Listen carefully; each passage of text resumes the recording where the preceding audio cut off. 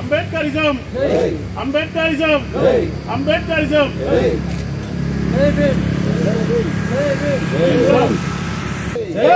ದಲಿತ ಉದ್ಧಾರಕ Baba Saheb ಅಂಬೇಡ್ಕರ್ಗೆ Baba Saheb ಅಂಬೇಡ್ಕರ್ಗೆ doctor B R. Ambedkar ಅವರಿಗೆ ಸಂವಿಧಾನ ಶಿಲ್ಪಿ ಡಾಕ್ಟರ್ ಬಿ.ಆರ್. ಅಂಬೇಡ್ಕರ್ ಅವರಿಗೆ ಸಂವಿಧಾನ ಶಿಲ್ಪಿ ಡಾಕ್ಟರ್ ಬಿ.ಆರ್. ಅಂಬೇಡ್ಕರ್ ಅವರಿಗೆ ಜೈ ಜೈ ಅಂಬೇಡ್ಕರ್ ಜೈ ಜೈ ಅಂಬೇಡ್ಕರ್ ಜೈ ಜೈ ಅಂಬೇಡ್ಕರ್.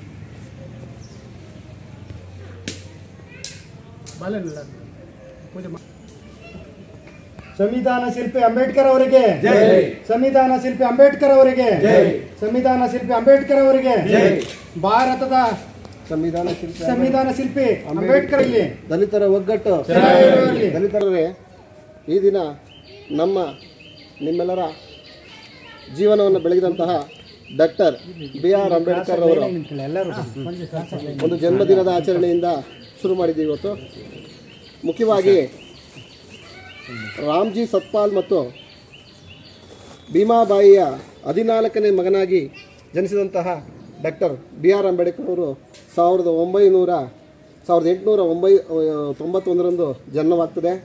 ಅವತ್ತು ಈ ನಮ್ಮ ದಲಿತರ ಬಾಳಿಗೆ ಒಂದು ಬೆಳಕು ಹೊಮ್ಮುತ್ತೆ. ಆ ದಿನಗಳಲ್ಲಿ ನಮ್ಮ ಒಂದು ಶೋಚನೀಯ ಸ್ಥಿತಿಯನ್ನು ಹೇಳೋದು ಭಾಳ ಕಷ್ಟ. ಯಾಕೆಂದರೆ ಅವರು ಒಂದು ಮಹಾರಾಷ್ಟ್ರದ ಮಹರ್ ಜನಾಂಗದಲ್ಲಿ ಹುಡ್ತಾರೆ.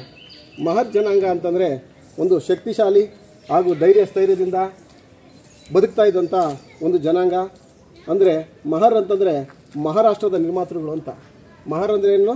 ಮಹಾರಾಷ್ಟ್ರವನ್ನು ಕಟ್ಟಿದವರು ಅವರು. ಆ ಮಹಾರಾಷ್ಟ್ರವನ್ನು ಕಟ್ಟಿದಂತಹ ಮಹರ್ ಜನಾಂಗದಲ್ಲಿ ಜನಿಸಿದಂಥ ನಮ್ಮ ಬಿ.ಆರ್. ಅಂಬೇಡ್ಕರ್ ಅವರು ಶೋಷಣೆಗೊಳಗಾಗಿ ಈ ಒಂದು ಬ್ರಾಹ್ಮಣ ಆಳ್ವಿಕೆ ಏನು ಬರ್ತದೆ ಆ ದಿನಗಳಲ್ಲಿ, ಅಂದರೆ ಹಿಂದೂ ಸಂಸ್ಕೃತಿ ಜಾರಿಯಾದಾಗ ನಮ್ಮನ್ನು ಭಾಳ ಶೋಚನೀಯ ಸ್ಥಿತಿಗೆ ತಳ್ತಾರೆ ಅವರು. ಅಲ್ಲ, ನಮ್ಮ ನಾಡಿನಲ್ಲೇ ನಮಗೆ ನೆಲೆ ಇಲ್ಲದ ರೀತಿ ಮಾಡಿ ಅಸ್ಪೃಶ್ಯರನ್ನಾಗಿ ಮಾಡಿ ಭಾಳ ನೋವು ಸಂಕಟಗಳನ್ನು ಕೊಡ್ತಾರೆ.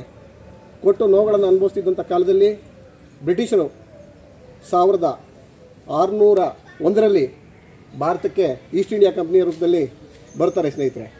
ಬಂದಾಗ ಆ ದಿನಗಳ ಅಲ್ಲಿವರೆಗೂ ನಾವು ನೋವು ಅನುಭವಿಸ್ತಿದ್ದಂಥ ಅವರು ವ್ಯಾಪಾರಕ್ಕಾಗಿ ಬರ್ತಾರೆ. ವ್ಯಾಪಾರ ಮಾಡ್ತಾ ಇಲ್ಲಿನ ವಾಸ್ತವ ಪರಿಸ್ಥಿತಿಗಳನ್ನು, ಈ ದಲಿತರ ಮೇಲೆ ಆಗ್ತಿರ್ತಕ್ಕಂಥ ದೌರ್ಜನ್ಯವನ್ನು ನೋಡಿ ಅವರು ತಿಳ್ಕೊತಾರೆ ಇಲ್ಲಿ ಏನು ಪರಿಸ್ಥಿತಿ ಅಂತೇಳಿ. ಅದನ್ನು ತಿಳ್ಕೊಂಡ ನಂತರ ಅವರು ಒಂದು ಕೆಲಸ ಮಾಡ್ತಾರೆ, ಇಲ್ಲಿ ವ್ಯವಸ್ಥೆನ ಅರ್ಥ ಮಾಡಿಕೊಂಡು ಇವರಿಗೆ ಭಾಳ ಕಷ್ಟ ಕೊಡ್ತಾ ಇದ್ದಾರೆ ಅಂತೇಳಿ ತಿಳಿದು ಇವ್ರನ್ನೆಲ್ಲ ಒಗ್ಗೂಡಿಸ್ಕೊಂಡು ಸೈನ್ಯಕ್ಕೆ ತಗೊಳ್ತಾರೆ ಸರ್. ಸೈನ್ಯಕ್ಕೆ ತಗೊಂಡ ನಂತರ ಸೈನ್ಯದಲ್ಲಿ ಪೇಶ್ವೆಗಳ ಸೈನಿಕರನ್ನ, ಅದು ನಮ್ಮ ದಲಿತರ ಶಕ್ತಿ, ಬ್ರಿಟಿಷರಿಗೋಸ್ಕರ ಗೆದ್ದು ಕೊಡ್ತೀವಿ. ಭೀಮಾ ಕೊರಂಗಾವ್ ಅಂತೇನು ಹೇಳ್ತಾರೆ, ಇವತ್ತು ಆ ಯುದ್ಧದ ಸ್ಮಾರಕ ಕೂಡ ಇದೆ ಅಂತ ನಮ್ಮ ದಲಿತ ಶಕ್ತಿನ ನಮ್ಮ ನಾಡಿನಲ್ಲೇ ನಮ್ಮನ್ನು ತುಳಿತಾರೆ. ಈ ನಮ್ಮ ದೇವರು ನಮಗೆ ಸಂವಿಧಾನದ ರೂಪದಲ್ಲಿ ಹಲವಾರು ಶಕ್ತಿಗಳನ್ನು ಕರುಣಿಸಿ ಇವತ್ತು ನಮ್ಮನ್ನೆಲ್ಲ ಒಗ್ಗೂಡಬೇಕು, ಸುಶಿಕ್ಷಿತರಾಗಬೇಕು, ಶಿಕ್ಷಣ ದೊರಕಬೇಕು ಅಂತೇಳಿ ನಮಗೆ ದಾರಿ ಮಾಡಿಕೊಟ್ಟು ನಮ್ಮನ್ನು ಒಬ್ಬ ಮನುಷ್ಯರಾಗಿ ಬದುಕಲಿಕ್ಕೆ ಅವಕಾಶ ಮಾಡಿಕೊಟ್ಟಿರ್ತಕ್ಕಂಥ ಈ ನನ್ನ ತಂದೆ ಸಂವಿಧಾನ ಶಿಲ್ಪಿ ಡಾಕ್ಟರ್ ಅಂಬೇಡ್ಕರ್ ಜನ್ಮದಿನಕ್ಕೆ ಅವರಿಗೆ ಕೃತಜ್ಞತೆಗಳನ್ನು ಸಲ್ಲಿಸ್ತಾ ಇದ್ದೀವಿ. ಡಾಕ್ಟರ್ ಅಂಬೇಡ್ಕರ್ ಸಾಹೇಬರಿಗೆ ಜೈ ಭೀಮ್, ಜೈ ಭೀಮ್, ಜೈ ಭೀಮ್, ಜೈ ಭೀಮ್, ಜೈ ಭೀಮ್, ಜೈ ಭೀಮ್. ನೀವು ಹಾಕಿ ಜಗನ್ನಾಥ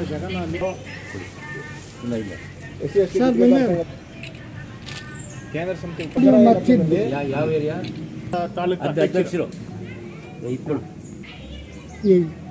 ಹೊಸಕೋಟೆ ಅಸಿಸ್ಟೆಂಟ್ ಕೇಂದ್ರ ಸಮಿತಿಯ ಉಪಾಧ್ಯಕ್ಷರು ಪರಿಷತ್ ಪಂಗಡ ಕಾರ್ಯದರ್ಶಿ ಶಿವಕುಮಾರ್ ನಾಯಕ್, ಗುತ್ತಿಗೆದಾರರು, ಬೆಂಗಳೂರು ಜಿಲ್ಲಾ ನಗರ ಜಿಲ್ಲಾದ ಮುಂದಿನ ಪದಾಧಿಕಾರಿಗಳು.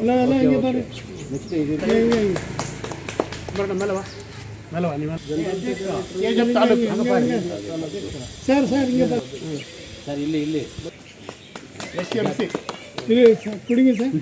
ಹಲೋ.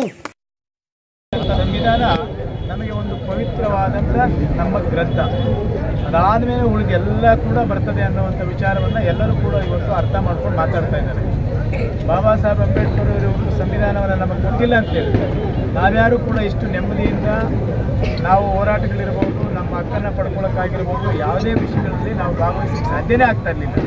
ಯಾಕಂತೇಳಿ ಜಾತಿ ವ್ಯವಸ್ಥೆ, ವರ್ಣ ವ್ಯವಸ್ಥೆ, ಮೇಲು ಕೀಳು ಅನ್ನೋಂಥದ್ದು ಧರ್ಮಗಳ ಆಧಾರದ ಮೇಲೆ, ಜಾತಿಯ ಆಧಾರದ ಮೇಲೆ ಎಲ್ಲ ಹಂತದಲ್ಲೂ ಕೂಡ ಈ ಶೋಷಿತ ಸಮುದಾಯಗಳನ್ನು ನಿರ್ಲಕ್ಷ್ಯ ಮಾಡ್ಕೊಂಡು ಬರ್ತಾದೇ ಇದ್ದಂಥ ಸಂದರ್ಭದಲ್ಲಿ ಇವರೆಲ್ಲರೂ ಕೂಡ ಸಮಾಜದ ಮುಖ್ಯ ಸಾಲಿಗೆ ಬಂದು ಎಲ್ಲ ಹಕ್ಕನ್ನು ಪಡ್ಕೊಳ್ಬೇಕು, ಎಲ್ಲರಂತೆ ಈ ಶೋಷಿತ ಸಮಾಜಗಳು ಕೂಡ ಬದುಕಬೇಕು ಅನ್ನುವಂಥ ನಿಟ್ಟಿನಲ್ಲಿ ಸಂವಿಧಾನದಲ್ಲಿ ಕಾನೂನುಗಳನ್ನು ಕೊಟ್ಟು ಇವತ್ತು ನಾವೆಲ್ಲರೂ ಕೂಡ ನೆಮ್ಮದಿಯ ಬದುಕನ್ನು ಮಾಡಲಿಕ್ಕೆ ಇವತ್ತು ಕಾರಣ ಯಾರಪ್ಪ ಅಂತ ಹೇಳಿದ್ರೆ ಅದು ಡಾಕ್ಟರ್ ಬಾಬಾ ಸಾಹೇಬ್ ಅಂಬೇಡ್ಕರ್.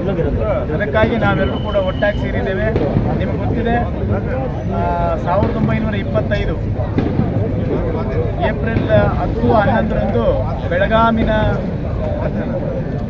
ನಿಪ್ಪಾಣಿಗೆ 2 ದಿನ ಅಧಿವೇಶನದಲ್ಲಿ ಅಧ್ಯಕ್ಷತೆಯನ್ನು ವಹಿಸ್ತಾರೆ ಬಾಬಾ ಸಾಹೇಬ್ ಅಂಬೇಡ್ಕರ್. ಅವರ ನೆನಪಿಗೋಸ್ಕರ ಶತಮಾನೋತ್ಸವವನ್ನು ನಾವು ಇವತ್ತು ಬೈಕ್ ರ್ಯಾಲಿ ಮೂಲಕ ಬೆಂಗಳೂರಿಂದ ನಿಪ್ಪಾಣಿವರೆಗೂ ಬೈಕ್ ರ್ಯಾಲಿ ನಡೀತಾ ಇದೆ, ಇವತ್ತು ಕೂಡ ಮಾಡ್ತಾನೆ ಇದ್ದಾರೆ. ನಾಳೆ ಬೆಳಗ್ಗೆ ನಿಪ್ಪಾಣಿನಲ್ಲಿ ಸಾರ್ವಜನಿಕವಾಗಿ ಬಹಿರಂಗವಾಗಿ ಸಭೆ ಇದೆ. ಆ ಸಭೆಯನ್ನು ಕೂಡ ಮಾಡೋದಕ್ಕೆ ಕಾರಣ ಏನಂತ ಹೇಳಿದ್ರೆ 100 ವರ್ಷ ಆಗಿದೆ. ಏಪ್ರಿಲ್ 10-11ನೇ ತಾರೀಕು 1925 ಇಸ್ವಿಗೆ 100 ವರ್ಷ ಕಳೆದಿದೆ. ಅದಕ್ಕೆ ನಾವು ಶತಮಾನೋತ್ಸವ ಅನ್ನುವಂಥ ಕಾರ್ಯಕ್ರಮವನ್ನು ಭಾರತೀಯ ಜನತಾ ಪಾರ್ಟಿ ವತಿಯಿಂದ ನಾವು ಮಾಡ್ತಾ ಇದ್ದೀವಿ. ಯಾಕೆ ನಾವು ಇದೆಲ್ಲ ಹೇಳ್ತೀವಿ ಅಂತ ಹೇಳಿದ್ರೆ, ನಾವು ಎಲ್ಲರೂ ಕಾರ್ಯಕ್ರಮಗಳನ್ನು ಮಾಡೋದು ಒಂದು ಕಡೆ, ಅಂದರೆ ಬಾಬಾ ಸಾಹೇಬ್ ಅಂಬೇಡ್ಕರ್ ಕಾರ್ಯಕ್ರಮ ಮಾಡಬೇಕಂದ್ರೆ ನಮಗೇನೋ ಒಂದು ರೀತಿ ದೈವ ಬರುತ್ತೆ, ಅವರಿಲ್ಲ ಅಂದರೆ ನಾವಿಲ್ಲ. ಹಾಗಾಗಿ ಕೇವಲ ಪರಿಶಿಷ್ಟ ಜಾತಿ ಪರಿಶಿಷ್ಟ ಪಂಗಡದವ್ರಿಗೆ ಅಷ್ಟೇ ಅಲ್ಲ, ಈ ದೇಶದಲ್ಲಿ ಇರ್ತಕ್ಕಂಥ 150 ಕೋಟಿ ಜನರಿಗೂ ಕೂಡ ಕಾನೂನು ಕೊಟ್ಟಂಥವ್ರು, ಸಂವಿಧಾನ ಕೊಟ್ಟಂಥವ್ರು, ಸಂವಿಧಾನದ ಅಡಿಯಲ್ಲಿ ಮೀಸಲಾತಿಯನ್ನು ಕೊಟ್ಟಂಥವ್ರು. ಅದನ್ನು ಪಡೆದು ನಾವೆಲ್ಲ